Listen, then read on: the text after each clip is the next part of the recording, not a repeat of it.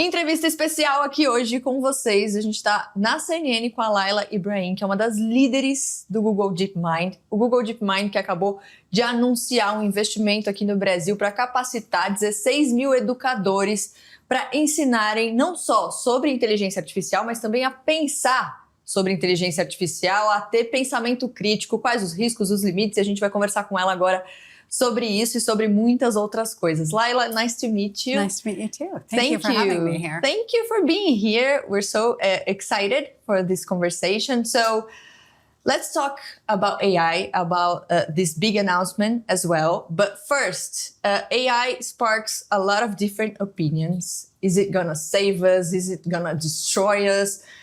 What are the main debates right now, and which conversations are already settled? Where's attention shifting next? Yeah, it's a great question. I mean, we're in a really transformational time in AI's history. And I think we have the absolute agency to shape the future, but we must do this with responsibility in the forefront. And in my role as Chief AI Readiness Officer, I want to make sure that AI gets developed for and with communities and AI doesn't happen to communities. And this is really at the core of how we approach things at Google DeepMind. You know, within Google DeepMind, we like to think we're the engine room of AI innovation for all of Google products, whether that's on the science side with our AlphaFold, which helps to better understand diseases by predicting protein structures, all the way to Gemini. So again, we have a broad range of pioneering AI initiatives, but it all starts with ensuring that humans are in the lead and that we're making the most out of this very critical time in AI's development. Amazing. You talked about Google DeepMind, but let's dive into it. What is its mission? Google DeepMind's mission is to build AI responsibly to benefit humanity. This is really the core and the mission of what we do. Whether it's on the science side of how do we help accelerate scientific discovery, so that we can benefit humanity and address some of society's biggest challenges, whether it's how we deal with industrial waste and plastic in our oceans, all the way to how do we help understand diseases and then come up with better solutions. So everything on the science side to advancing the capabilities of advanced large multimodal models such as Gemini, such that they're actually a useful tool for human beings. Our goal really is how do we help humans advance and flourish and bring out our own curiosity so that we can create not only solutions in the world, but also identify new opportunities to advance our social and economic development. And you are Google DeepMind's first Chief AI Readiness Officer. I think I might be the first in the world too. Really? Yes. So let's talk, what does this role entail and what prompted DeepMind to create this position? Yes. It's been exciting to move into this role the past 6 months. And I think in many ways, I hope that other organizations follow and create AI readiness. As I said, we're in this unique moment in terms of AI's development, where it's not just about technological advancements. It's really about the human aspect of ensuring that technology is developed and implemented in a way that is benefiting humanity. So I started off in DeepMind 8 years ago as the company's first chief operating officer. My first focus was putting responsibility at the core of everything. How do you operationalize responsibility in a research environment?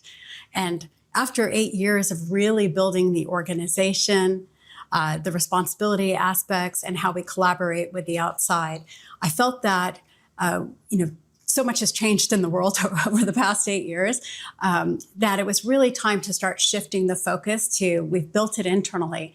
Now, how do we help others build the same so that we can shape the future together?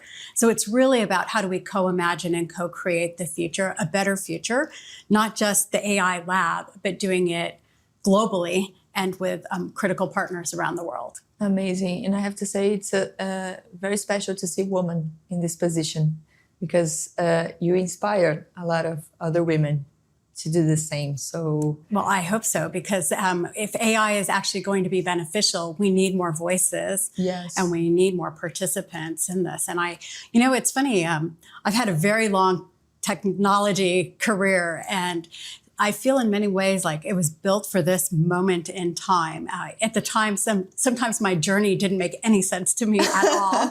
But I really look back now and think that the different steps along the way, from my early childhood and the values to my global experience, really makes matter now. And part of the reason I wanted to shift from being chief operating officer to this role was because I felt almost that, oh gosh, I don't even know how to describe it. It's almost like a moral imperative. Like I joined DeepMind because I felt AI could be the most transformational technology of our time. And if I could bring my experience into this moment, it would be important, not only for me and the legacy and technology, but the signal to my daughters and the world that they're going to inherit. And now to have the opportunity to shift it from the internal focus to the external, and how do we collaborate and bring those learnings back into how we develop it. I feel like it's a new job, but I've never been busier as I have now, but I'm so passionate about it. It's been a really exciting moment for me, but one that keeps me up a lot at night because I have to worry about both the risk and the opportunity. We can see that you're passionate about it. It's really special. And we have this big investment now. Let's talk about it. How did this begin and how will it work in practice? First of all, we've been really excited to see the progress that Brazil has contributed into AI advancements, including everything from the research team. We actually have a research team here based in Sao Paulo, as well as the usage. And we thought it's great that people are using AI for human productivity and creative aspects of it, but we also really want to ensure that the youth population is developing the skills and understanding and responsibility about how to use such a powerful tool. So together with our colleagues across Google, including google.org, we are making a 5 million excuse my Portuguese here. Reais? Is that? Reais. Or $1 million US equivalent in Brazil to work with teachers and with students and to bring a program called Experience AI into Brazil. Now, it will all be local context, local language. And again, it's with the teacher at the center of the activities. And we are doing this together with the Raspberry Pi Foundation, who we worked with on the curriculum development, and a local nonprofit that is going to be helping us implement that. Amazing. And do you have your own way of teaching? How was it built? It's not just about using AI, but it's also about debating ethical use, right? Yeah, that was very important. So again, everything we do has to have responsibility built in from the beginning and not just a bolt-on.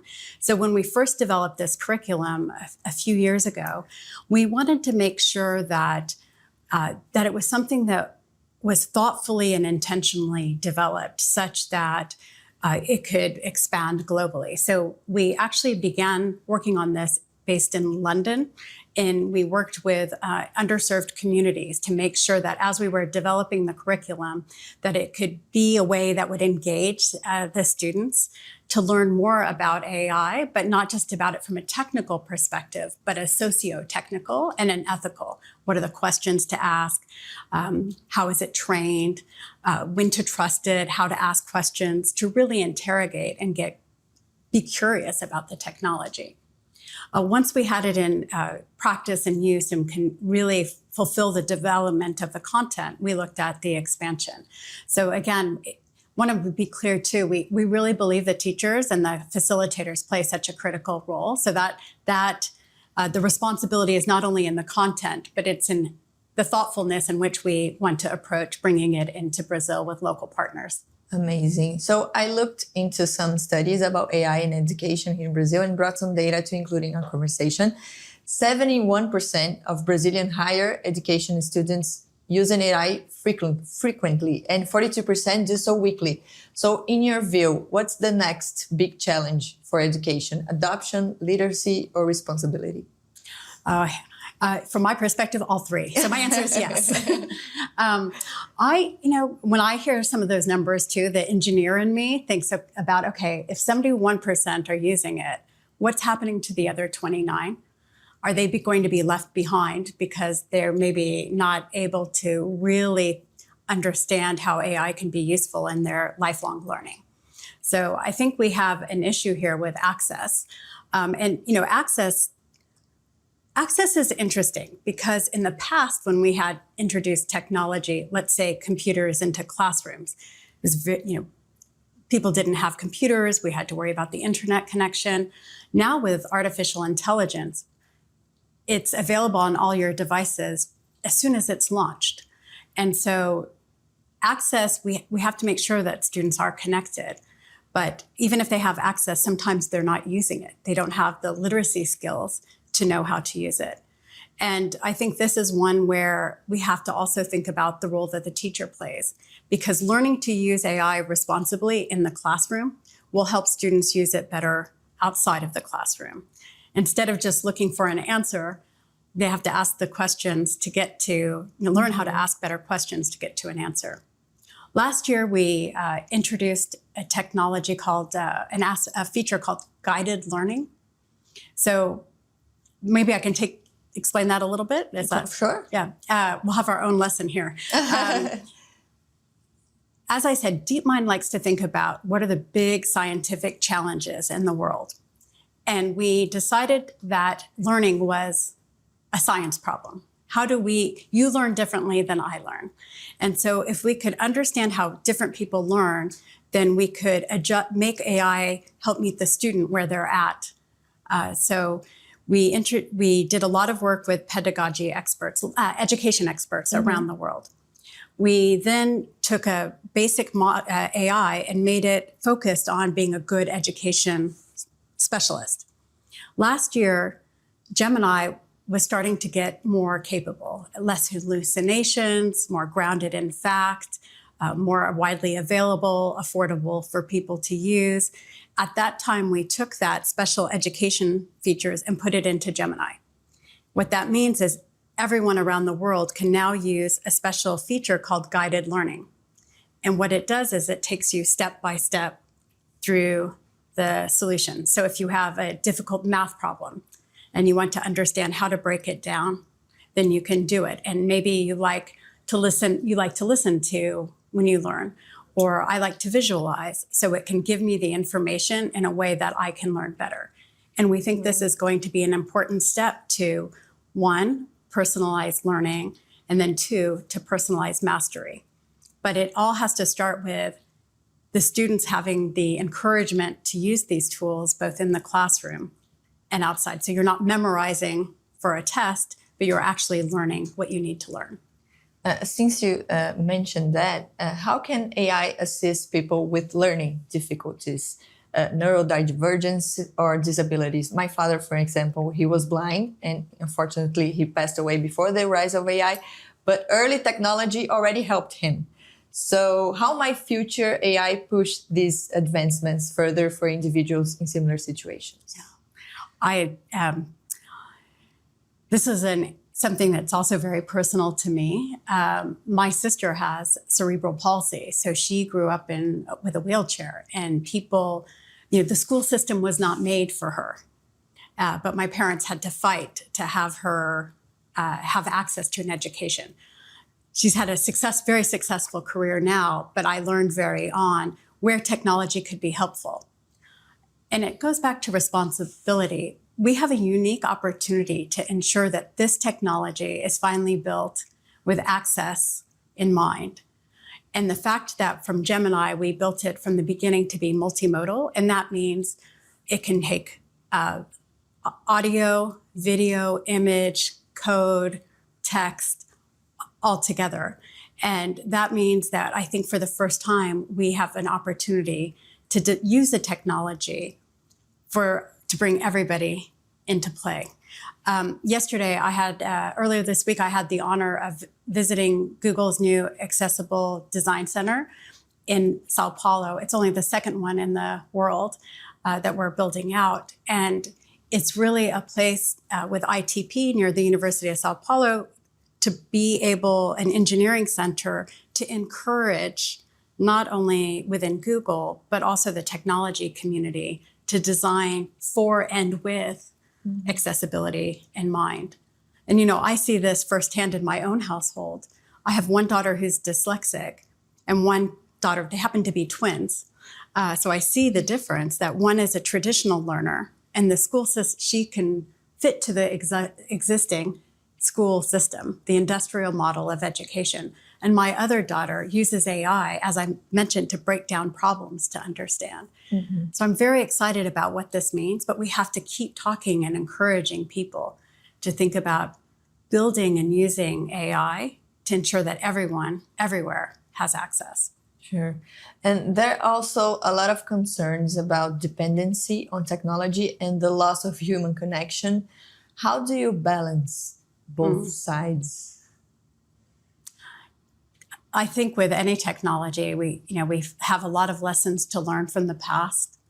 I think we have to approach this time with great humility, questioning where's the technology most useful and where do we think the human aspect is so important.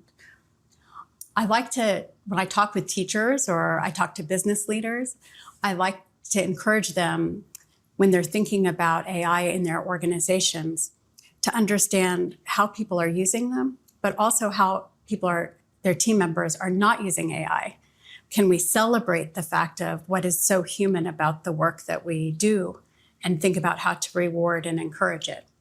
For example, I was in Northern Ireland recently talking with teachers, and they reported that by using some of the AI tools, they were not only saving 10 hours per week per teacher in a public school system, but they were using that time to connect more with their students, to actually bring their passion and enthusiasm about the subject into the classroom. And I think things like that are important. Where can we offload some of the more rudimentary tasks, but also celebrate the human aspect we're bringing into things? So I think some of the durable skills are things like curiosity, human connection, collaboration. These are even more important in an age of AI. And I loved that you mentioned curiosity, because I have a question about that. How important is that technology give us quick answers, but how can we cultivate the ability to ask better questions? Well, it starts with asking the first question, asking the next one, and the third. As an engineer, I approach everything with how many times can we ask questions, really? It's about problem solving. And I think in some ways we have the way that the education system, as an example, has worked is you have a test, you have to study for the right answer, not asking the right questions. And so I think if we can start encouraging question asking and curiosity, and not just one question, like for even my own children, as they use AI, I try to say, okay, ask at least 3 questions to see if you get, to understand the answer was better. So I do think with AI, asking good questions will become even more important. And the nice thing about this tool is you can ask a question in a very natural way. And so what we're finding is some people feel less judgment so they can learn to ask better questions just by interacting with the AI and then bringing it back into the conversations. I find this at work, even with my colleagues, of being able to say, okay, here's the question I want to ask. How can I ask it better? Here's what's motivating me. How can I make, they're sensitive about these topics. Okay, how can I now have a better conversation and dialogue so that I can get a better interaction? And according to another study that I saw, 90% of students, higher students, have used AI for research. So there's 2 directions, learning with AI and learning about AI. So how do you see those 2 ideas working together in practice? I think it's good to learn about AI because then you can better understand this tool that you're working with. And I really do believe that, it's like if you can better understand the tool you're working with, you will be able to get more out of it. So I think you need to have some basic knowledge, but then being comfortable to use it is important. I think a lot about the fact that AI is developing very quickly right now, but we're still in the early stages. And actually being able to practice on how to use it now is a good thing. The longer you wait, the more capable it gets. And again, you risk being left behind. But now we have this agency to shape how we want AI to come into our lives as individuals and as collective. And so I think learning to work with AI and knowing more about yourself of what do you want to bring into it, I think is very important. Again, it's a safe time to be investing in that experience. Muita informação, gente, muita coisa para absorver, muita coisa para a gente entender e tem muito mais ainda. Então não sai daí que a gente volta já já, um rápido intervalo.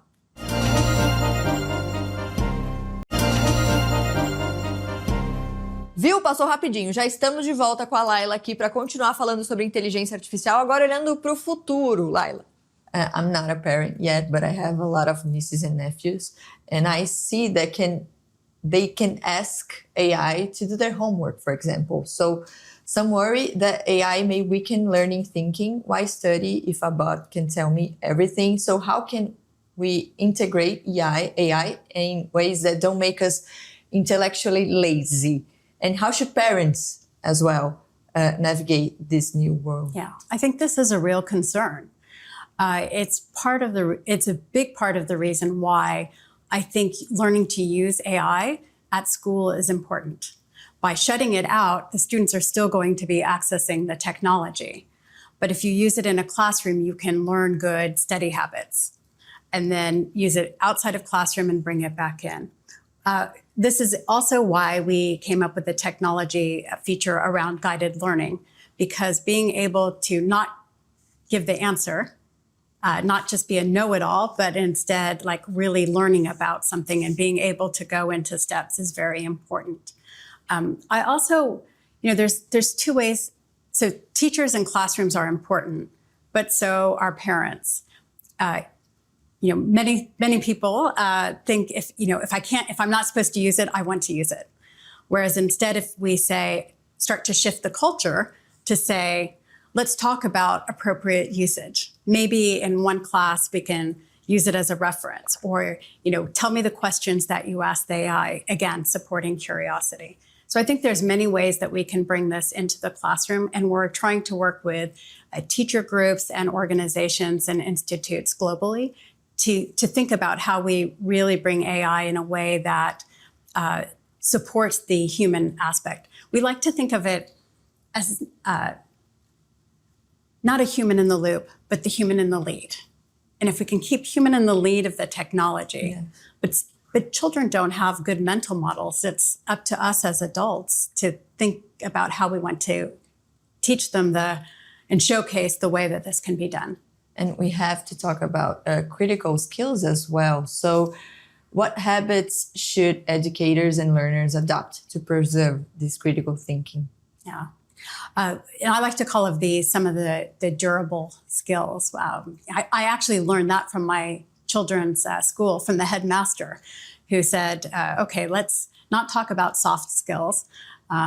These are actually, I used to call them power skills, but I actually think in the age of AI, they're durable skills, because regardless of the technology capability, we know that the magic is not the technology. The technology is a tool, and the human part of what we're doing is the magical part.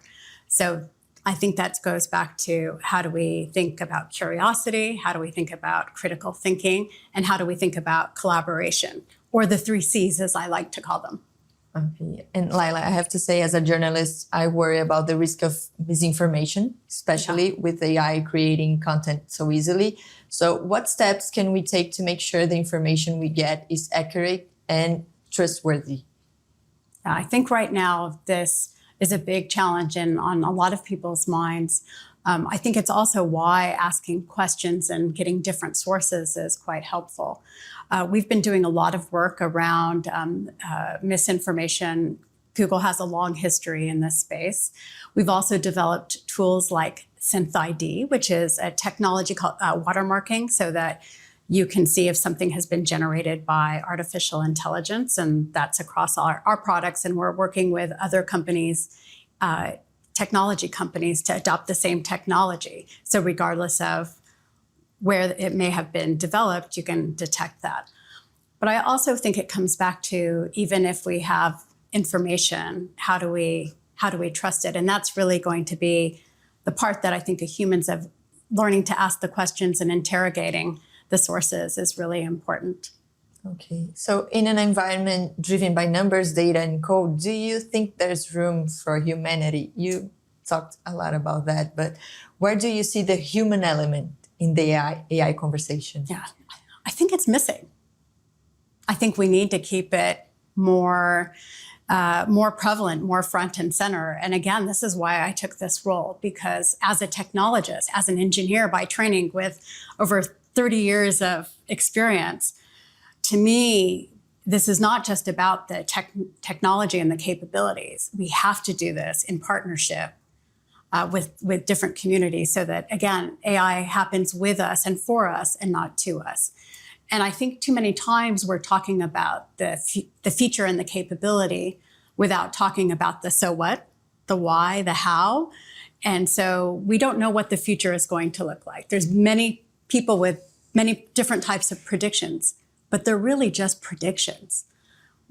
We don't know what that's going to be, but we can shape how we get there. But we can only do that if we work collaboratively.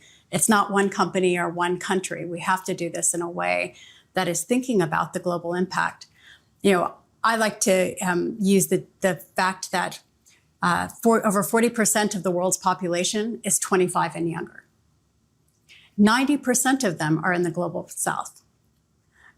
If we're going to make AI work for humanity, we need to bring that youth population into the conversation. My generation may be building the technology, and we have to do so responsibly. This is our legacy that we're leaving. And we have to ensure that the younger generation knows they have the agency to shape it. And that will only happen if they have the access and the literacy and the adoption to be able to participate in this moment in time. And it's really complex because at the same time, shouldn't we be concerned about AI starting to seem more and more human? I mean, what's the line between technology that help us and technology that might blur those boundaries? Yeah. Oh, that's such a good question. The benefit, we talked a lot about the benefits of having a technology that can communicate in forms that we like, whether it's you listen to it or show images and type, etc. But with that comes a downside and a risk. And it's been an area that since DeepMind's founding in 2010, we've invested a lot in research around the social interaction of humans with the technology. One of the teams, so my job is actually to think both about the risks and the opportunities.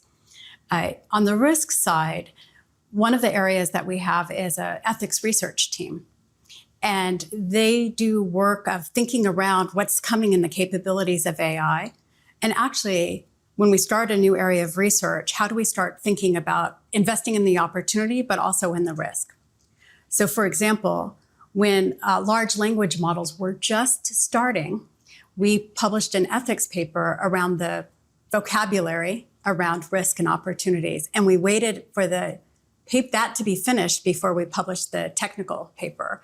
Similarly, when something called agentic work, which is AI as a tool to take action on your behalf with your permission, we did the same thing. We published a paper that the industry now uses talking about both the risk and opportunity. So we have a team of ethicists, we have a team of child psychologists. We work hand in hand with the neuroscientists, the biologists, the computer software engineers, all together as a team from the very beginning of the research to say, how do we identify the risks? How do we think about the opportunities and work hand in hand to develop both? And we don't always get it right, but that's part of pioneering. But we have to be able to respond quickly. And when we don't have that expertise, how do we find the partners who can work with us in order to bring their expertise and their voice around the table? That's one thing I have learned in my career of, always being an outsider is you have to think, are the voices in the room being heard? If the people aren't around the table, then how do you find the voices to bring them into the conversation or take the technology out? And again, we have this unique moment in time where we can shape how AI gets developed. And I'm happy that externally, that globally, we're talking about the risks because it puts accountability into the system to think about What are the risks? How do we mitigate them? And we need to be talking about the opportunity and how do we make sure that this transformative tool can really benefit humanity. We have a chance to use AI like a microscope or a telescope to understand the world around us, come up with solutions to some of our biggest challenges. Rather than going to space, we can think about how do we make planet Earth better, healthier? How do we make our people, our communities better, healthier, successful? But we can only do that if we invest in the opportunities. Still talking about the risks, who is responsible for the misuse of AI? How do we control these risks and regulate its use? Yeah. Well, I like to think of risks kind of on a continuum. There's the near-term risk, like misinformation, bias, etc. There's bad actors using the technology, misuse. And then there's the longer-term risk of who is in control of the technology. I don't think we can think about any one of those risks. We have to think about all of them together at the same time and invest in all of them. And even within an organization not like ours, we have people with different focus on risk. So I think it's important to have that breadth. And we know that regulation is important, and we have to have it right-sized so we don't miss out on both the opportunity. We don't miss out on the opportunity. But we think of AI as a tool. And just like as a tool, we regulate the usage.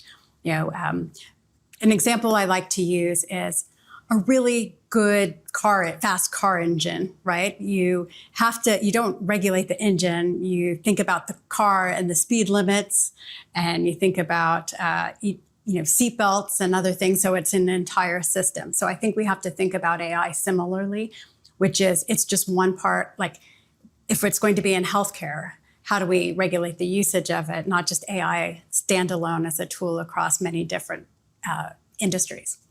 And with everything happening, Lila, where do you see the biggest opportunities for individual professionals who want to grow and for large companies looking to evolve? Yeah, the interesting thing about AI is it's a general purpose tool. So what works at home usually works at the office. So, it's interesting, I was meeting with some of the Brazilian business leaders, and the topics that lit them up about AI, even if it's at work, was always the personal usage. Because I think it's touching us in a different way at home. So for example, I can now help my children with their homework assignments because I can use guided learning to break down the physics problem I don't understand, or to plan the summer activities because it's too many communication from school and too many different options. So I think when we can show up as better people in our lives, it's really what unlocks the excitement for people. But at work, what we're seeing is it's already having a transformative impact. But it's right now, it's still in the early days of some of the efficiency. For example, one of my team, I asked my team, I said, tell me how you're using AI. I want everyone's ideas. And then what do you need to use it more? And then where are you not using it? That the human part is so important. And it's been really interesting because to create a safe environment for people to share their ideas, coach one another, and we've really found some really interesting ways. One of our one of our team members who works on marketing insights actually uses, she has different almost personas of like, okay, this is Lila. I have to review this presentation with Lila. How should I make this better so that she will understand this information? Or, okay, I'm now presenting to our product team. So how do I need to adapt this for product? So she still has her job that's very important and her understanding of the nuance and the culture, but she's able to tailor her presentations in a way that provides the teams the information that they need to advance their work. So in many ways, it's not about taking the place of a job. It's actually about enabling people to have more tailored experiences in their lives. As I said at the beginning, AI sparks a lot of different opinions. Which aspect of AI's social and economic impact is still misunderstood by the public, in your opinion? Yeah.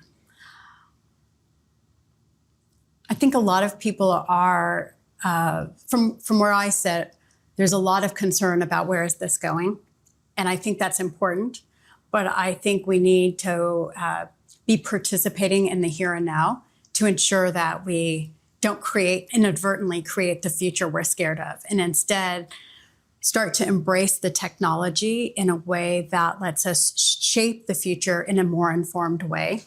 In many ways, we're over-indexing on the near-term risks, and we're not focusing enough on what is really important about what we want to preserve and where we want to change. I'll give you another example around education. Right now, we're layering artificial intelligence on top of the existing education system, but the education system isn't built for everyone. So we're working with education experts worldwide as well to say, actually, we have this industrial mode of you come in, teachers are rewarded by test results and graduation rates rather than whether someone has learned. And we're preparing people for jobs that were for decades ago, not jobs that are for right now. So how do we need to think about the skills differently? So I think we can talk about, how are people using AI in classrooms now? But if they're using it, then they can start having more informed conversations like, how do we think about the future? What is the future we want to build? Who should be in charge of co-creating and co-imagining that future? I would like us to be, what are the risks? How do we make sure we're not going to propagate the issues that we have today? I think these are all very important conversations. We need more people participating, but they can participate if they understand the technology and the current risks and opportunities. Do you think there's a good future and a bad future for AI? What would they be like? When I took this job, it was, maybe to answer your question, I'll tell you a personal story. I had spent 18 years in the semiconductor industry at Intel, which first brought me to Brazil. And then I did venture capital, working with startups, and that was exciting. And then Coursera, which is really around education and democratizing education. And I thought, I'm approaching an age where I have something big left in me. What do I want to do? And this opportunity came up. And the more I said, well, I'm not an AI expert. I might be an engineer and a technologist, but AI is not my specialty. And this was 2018. So I spent 50 hours interviewing. Yes, that's a lot of time. And it was in London, and I'm like, why would I leave Silicon Valley to go do this? And I thought about all the opportunities that this coming from venture capital, where I saw people trying to solve problems at a small scale. And AI could be such a transformative solution, but it could also have big risks. And could I put my daughters to sleep at night if they knew mommy worked on AI? And I was really worried. I had to have a lot of conversations, a lot of thinking. So that 50 hours was as much as me interviewing the company as it was them making sure I was the right fit. So long story, but it comes to, do I think the future could be positive or negative? I wouldn't be here if I didn't think it could be positive. And I think we have a responsibility to steward this technology with intentionality and with responsibility. And I think that that's really what drives me. And it's why I'm here in Brazil, because I would like more Brazilian voices into the global conversation. One thing about this technology is we're having a lot of global conversations. And absolutely, Brazil deserves and needs to have a seat at the table. I know that this would be a very good ending, but I have one last question because I really like to talk about the human side of it. From a personal perspective, what does it mean to be human in this ultra technological world? What must we never lose sight of? If I take a step back, I love the fact that you've asked me this question. Could you imagine pre-AI ever sitting down in an interview and asking somebody, and you know what, these are the conversations we have with business leaders, around dinner tables, with friends, with industry colleagues. The fact that we're actually asking what is truth, what is fact, what does it mean to be human? How do we connect? How do we stay connected? I think this is a beautiful thing. And, do I have an answer? I'm finding my answer. I'm finding my answer through this technology. And I would say in many ways, I'm learning from others too, of like what it means for other people. Again, even asking my own team of, okay, you're using this as a tool, but where are you finding the human connection satisfying and finding ways to connect with people? And I think in some ways we lost that. And maybe in COVID, we lost it even more. So having this on the other side of COVID, I think also changes the conversation. Yeah. Lila, thank you so much. Thank you. Thank you for sharing your insights with us.